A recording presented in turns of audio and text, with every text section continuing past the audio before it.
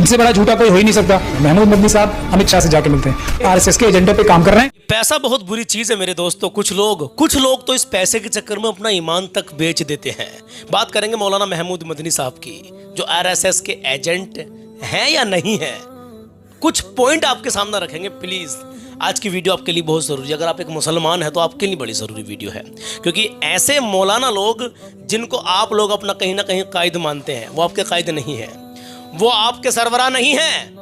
अगर इस वीडियो को आपने प्ले किया है तो जानकारी पूरी लेकर के जाना। 4 या 5 पॉइंट आपके सामने रखने वाले हैं हम, जिससे आप खुद बताएंगे कि वाकई ये मौलाना महमूद मदनी साहब आरएसएस के, बीजेपी के एजेंट हैं या नहीं है। आप लोग खुद बताएंगे, हम नहीं बताएंगे आपसे। चलिए पहला पॉइंट पर बात करेंगे। महमूद पिराचा एक वकील माने जाते हैं सुप्रीम कोर्ट के। उन्होंने तो कह दिया है कि ये जो आरएसएस के एजेंट हैं महमूद मदनी साहब, अभी हाल ही में आप देख रहे होंगे कि असदुद्दीन ओवैसी साहब के लिए क्या क्या अल्फाज इन्होंने इस्तेमाल किए हैं। चलिए बहरहाल शुरू करते हैं अपनी बात को। आप इस वीडियो को ज़रूर आगे शेयर करना और हमारे चैनल से जुड़ जाना। अगर आप सच्चे और अच्छे पैगाम हमेशा लेना चाहते हैं तो हमसे जुड़कर रहें। अल्हम्दुलिल्लाह यूट्यूब पर देख रहे हो तो चैनल को सब्सक्राइब कर लेना, और फेसबुक पेज पर देख रहे हो तो हमें फॉलो कर लेना। नंबर 1 पॉइंट की बात करते हैं।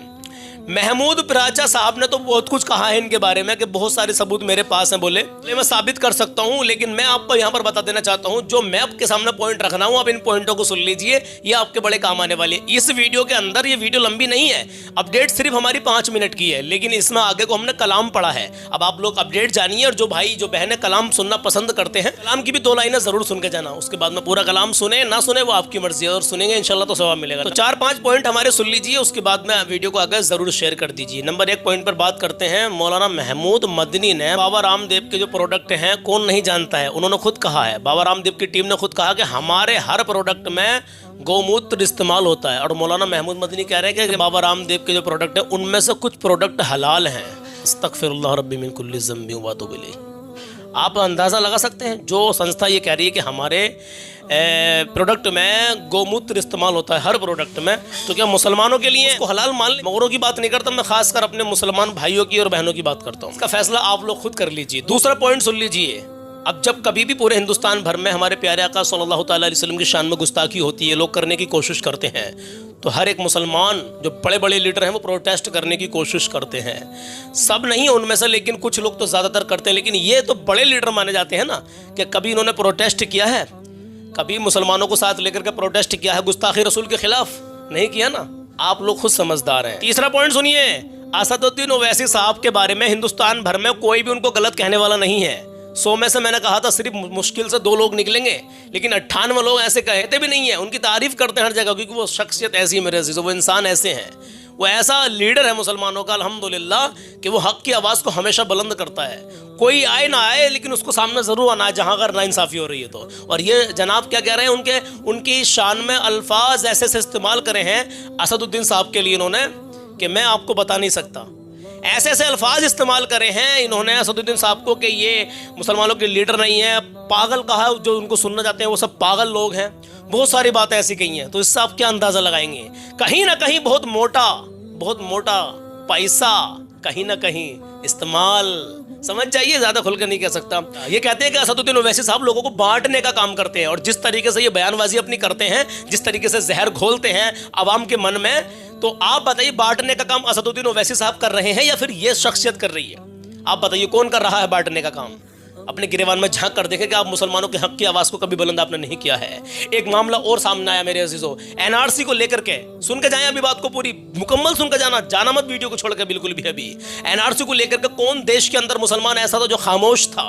बड़े बड़े लोगों ने सब इसका बायकॉट किया, लेकिन जनाब एनआरसी के बारे में क्या कहते हैं कि एनआरसी देश में लागू होनी चाहिए।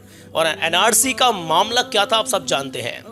कितने कितने अहम पैगामात निकल कर आए थे एनआरसी के बारे में, कि मुसलमानों के साथ क्या कुछ हो सकता है, जिन्होंने प्रूफ नहीं किया कि आप इस देश के बाशिंदे हैं। आप समझ जाइए, समझदार के लिए इशारा ही काफी होता है। उम्मीद करता हूं आप समझ गए होंगे। सुप्रीम कोर्ट के वकील महमूद पिराचा ने, जो सुप्रीम कोर्ट के वकील माने जाते हैं, उन्होंने ये कहा है कि मेरे पास इतने सारे सबूत हैं इस बात को लेकर के कि ये आरएसएस के दलाल हैं, एजेंट हैं, कि मैं आपको दिखा सकता हूं। उन्होंने डिबेट में कई बार ये मसला रखा है मेरे अजीजों, लेकिन बस अभी क्या है, इनको जो है तमाम मुसलमानों को, मेरा मकसद पता है क्या है, हमारा मकसद सिर्फ और सिर्फ ये है कि कहीं ना कहीं पैसा होता है ना, ये बहुत बुरी चीज़ है, आदमी अपना ईमान तक बेच देता है। जैसे कि अब लोगों को शक होने लगा है कि इन्होंने वाकई अपना ईमान बेच दिया है, क्योंकि ये मुसलमानों के लिए कोई हमदर्दी वाली बात करते ही नहीं है, जैसे कि और तमाम बड़े बड़े लोग दिखा रहे हैं। इनको भी दिखाना चाहिए, अगर ये वाकई मुसलमानों के हमदर्द हैं तो इनको कुछ बिल्कुल सही तरीके से साथ में चलना चाहिए। आप लोगों की जो भी राय हो, कुछ पॉइंट मैंने आपके सामने रखे हैं, बाकी बातें तो बहुत सारी हैं इनके खिलाफ जो भी सोशल मीडिया पर चल रही हैं कि ये बीजेपी के, कोई कह रहा है बीजेपी के दलाल हैं, कोई कह रहा है आरएसएस के दलाल हैं। कुछ बातें थी जो आपके सामने रख दी हैं। अब आप लोग इसको लेकर के खुद ही फैसला कर लीजिए। हमें कमेंट बॉक्स में ज़रूर कमेंट करना, बताना कि सलमान भाई हाँ कि ये वाकई ऐसा है या नहीं है इनका मामला। ठीक है, चलिए अपने माँ बाप की इज्जत करें, कभी किसी का दिल ना दुखाएं, अपना हुस्न व अखलाक अच्छा बना कर रखें, कभी किसी का भी दिल ना दुखाएं, अपने अंदर आजिज़ी पैदा करें, अपने हुस्न व अखलाक अच्छा बना कर रखें, अपने प्यारे आका सल्लल्लाहु अलैहि वसल्लम की आंखों को ठंडक पहुंचाएं। कैसे? नमाज के ज़रिए से मेरे अजीज़ों, क्योंकि नमाज प्यारे आका सल्लल्लाहु अलैहि वसल्लम की आंखों की ठंडक है। चलिए बात लंबी हो जाएगी, अब आपको कलाम सुनाते हैं, कलाम ज़रूर सुनकर जाना। बस 2 शेर सुन लीजिए, इमोशनल